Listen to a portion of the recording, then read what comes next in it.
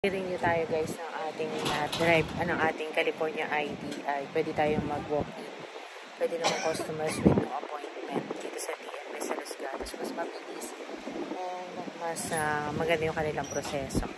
So dito tayo palagi nagre-renew ng ating ID at ng ating license.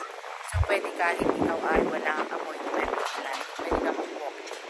Ayan, nakalagay no appointment. And ito namang isa with appointment. So ngayon nandito tayo sa DMV and magre-renew tayo ng ating license without appointment. Walk-in lang tayo. Ngayon ay pagpunta natin doon sa entrance, in-assist tayo ng staff. Pinapasok tayo and then kailangan natin mag-fill up sa computer online. So meron dito mga kailangan sagutan para sa renewal ng ID application. So sasagutan natin.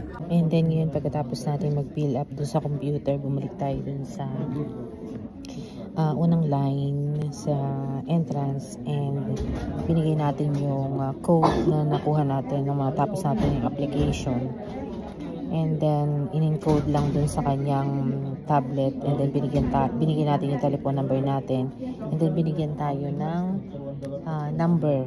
Yan. And then waiting na tayo. So, tapos na tayo dun sa window and pinrases na, chinek yung ating mga details kung tama information natin binigay and tinanong kung ano yung gusto natin dun sa ID natin. Pagkatapos ay nagbayad na tayo ng payment na $39 and then nag-sign na tayo ng signature, pinrint yung receipt, and then eto na, punta na tayo sa photo para makuha na tayo ng picture and then wait na natin yung ID. So yun yung renewal ng ating California ID na malapit na ma-expire sa July. Ngayon ay April. Nag-renew na tayo ng April bago dumating yung July 2024. So yun, andito na tayo sa photoshoot. And pagkatapos natin makuhaan ng picture dun sa window 21, yun na yung last na gagawin natin.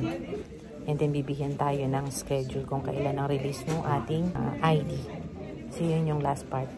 Then tapos na tayo. So yun na, uwi na tayo. Hintay na natin ng taxi. Thank you for watching guys.